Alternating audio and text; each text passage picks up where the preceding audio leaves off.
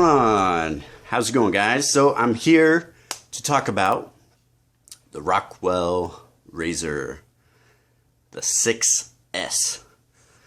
So this is a razor I just received from a Kickstarter, and I was one of the backers. So let me show you the razor real quick, give you my initial thoughts. And so it comes in this cool case.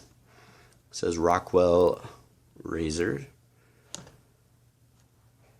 And on the back, flip it over, it's got the instructions.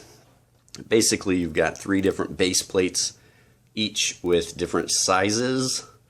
So as you go up from 1 to 6, it gets more aggressive. And I'll show you that in a second.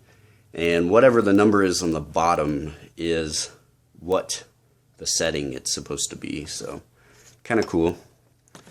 So when you open this case,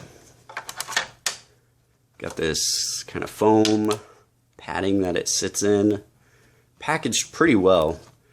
One knock that I had about the packaging though is it came with some Astra green blades that were just sitting outside of the case, and you can fit actual blades just like this crosswise, but I wish it either right here kind of cut out so you could sit a pack of blades there, or they widened this so you could squeeze in a couple packs or something of blades. It just would be nice for traveling. So I'll take these out and show you the razor. So you've got the razor here, and sorry about my hand being in the way. We got a base plate and another base plate as I knock my razor around. So let's get the case out of the way, get the blades out of the way. So we got, what is this one? 2 and 4. And 5 and 6, and then 1 and 3 are on this one here. So it's an all stainless steel razor made in America. And because I was one of the higher backers, I guess, tiers, I got it inscribed, if it'll zoom in, our corner. I was really kind of bummed when I ordered it. I wanted it to say Rico's Corner, which I don't think would have been hard to do, but they claim they didn't have much room and whatever. But still cool, it says our corner on it, so kind of custom, personalized. Stainless steel razor, as I said before.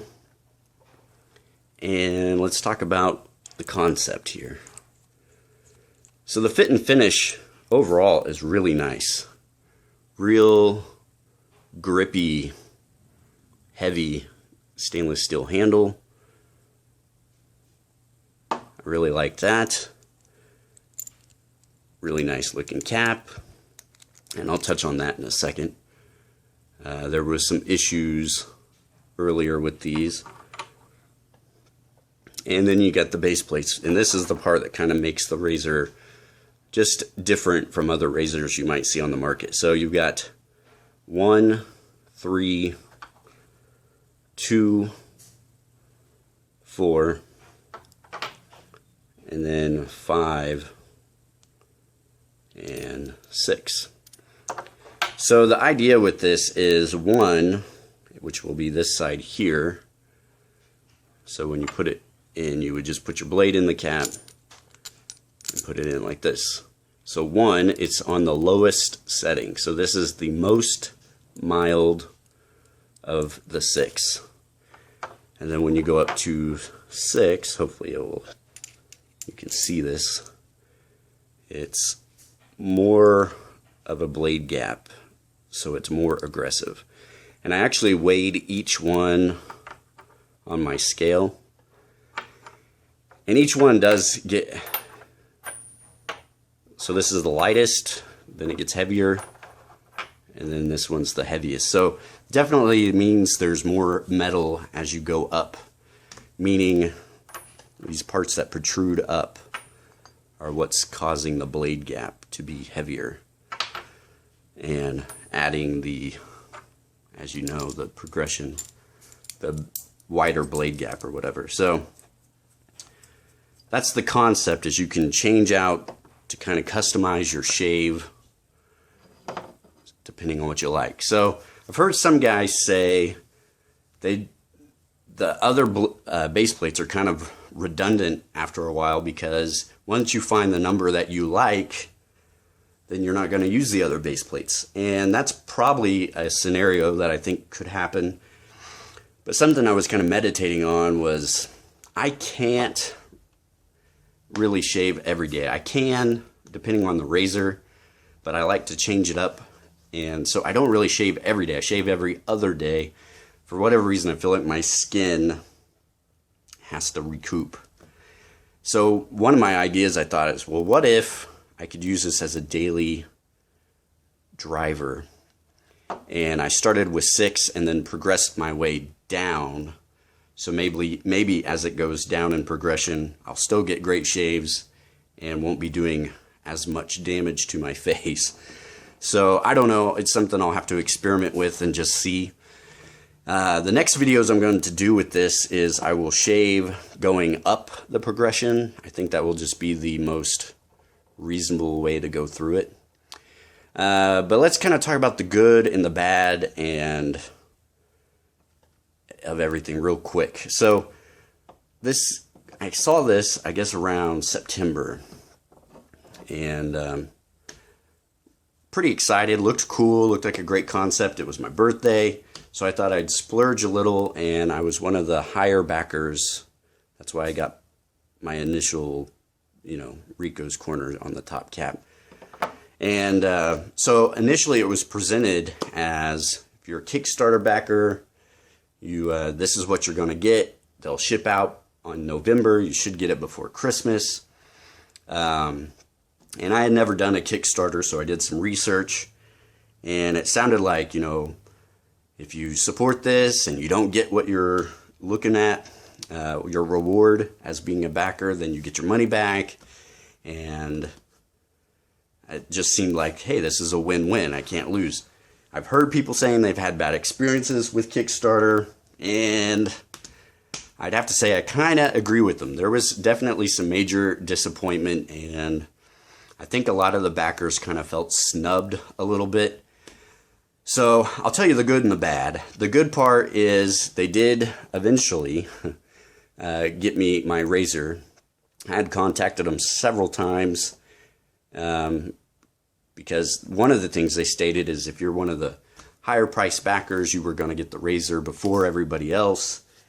And that didn't happen. And it sounds like they're already now selling possibly these razors at $75 price range. And some of the backers haven't had their caps fixed. And I'll talk about that in a second too. So basically there's a bunch of promises they made that they didn't keep. And the frustrating part of that was, I forgot what the initial amount they were searching that they needed to meet for their goal, but they like quadrupled that goal like super fast. It was pretty insane. So for all the backers, it just seemed like, wow, they've got way above, they were funded way above and beyond, so they should be on the up and up, and this will be great. A few people I know in the shaving community got this in January. But then a lot of people, the issue was the caps weren't fitting properly. So they put a hold on shipment and recalled a bunch of them back and asked the people that received theirs to send their caps in, or they, I guess, got new caps sent to them. And so the frustrating part is they didn't do any quality control on the first ship out, which to me just sounds like they really dropped the ball. And I've heard arguments, it's not Amazon, you're not buying a product that's already out there, you're backing a project. I get that. But on the flip side, they were making promises that they just didn't quite fulfill like they said they would. And to me, that's a knock. When you're giving somebody your hard-earned cash to get something in return and then they don't keep their promise, that's not good. The flip side, though, I kind of look at it as, I get the manufacturing part they hired somebody to do the manufacturing that was kind of out of their control, and they messed up. So the way they fixed it was they were going to sand these caps down on the inside so they'd fit properly. And what happened is it was like whoever did the sanding down did it by hand, and they totally messed up. So then the setting on 1, which is supposed to be mild, was really aggressive. And a bunch of people are saying, no way, I'm using 6.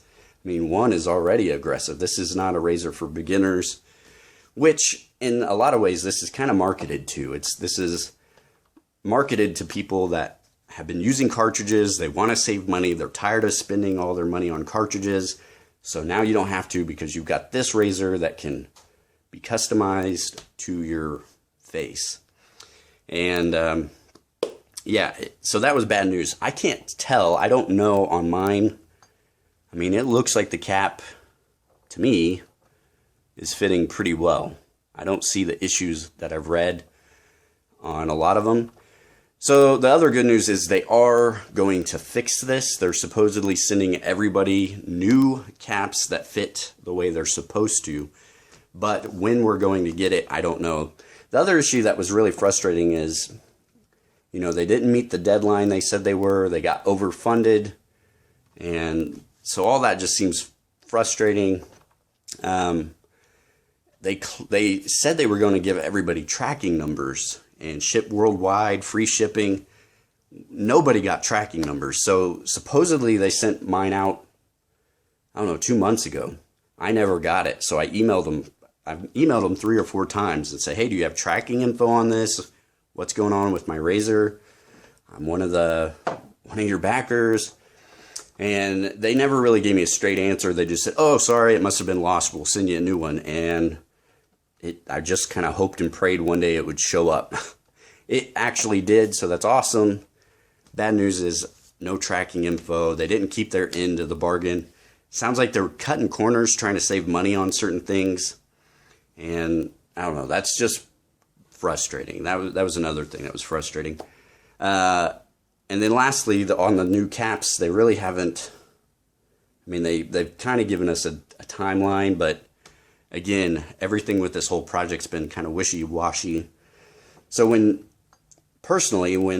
January came and they said, hey, there's been a delay because of this and it should come out in January, I still was excited. But after seeing all the problems they've had with mess-ups on manufacturing, mess-ups on shipping, all that, it kind of made my excitement go way down. I am looking forward to shaving with this, seeing how it goes. And I will do, like I said, more videos on those. And then probably months down the road, after I've used it for quite some time, I'll do a revisit of this.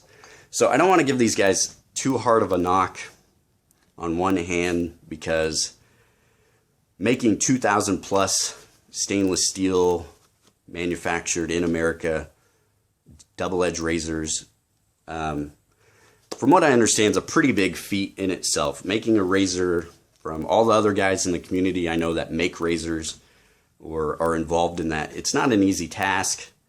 But on the flip side, I feel like these were the guys, Morgan and Gareth, the founders of Rockwell Razors. They made a lot of promises to people, and they just didn't come through. So on one hand, I'm kind of disappointed with the whole experience. Kickstarter itself's kind of left a bad taste in my mouth. I really love the idea of Kickstarter. I kind of would like to help other projects down the way. But because of this experience in itself, it's really made me feel like maybe Kickstarter's not as great as it should be. But the razor itself, I mean, it's really nice.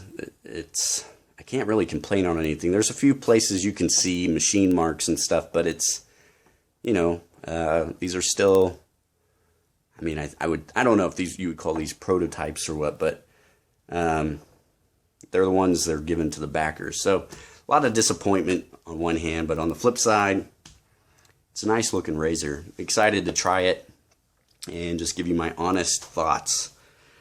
So if you have any comments, questions down below, let me know. If you were one of the backers and you supported this, leave a comment, tell me your experience. I will ask that you guys please just be courteous. You know, please don't drop F-bombs in every other sentence. If you've had a bad experience, don't say you hate the company or whatever. Just open, honest, you know, critical, good criticism. You know, just be cool about it. You can say you don't like the whole experience without getting nasty. But yeah, just kind of want to hear your thoughts on what you guys think about this. Just share my personal thoughts on what I think about it. And yeah, if you guys have any questions or comments, please comment down below. Hope you guys are having a good day, and I'll talk to you later. See ya.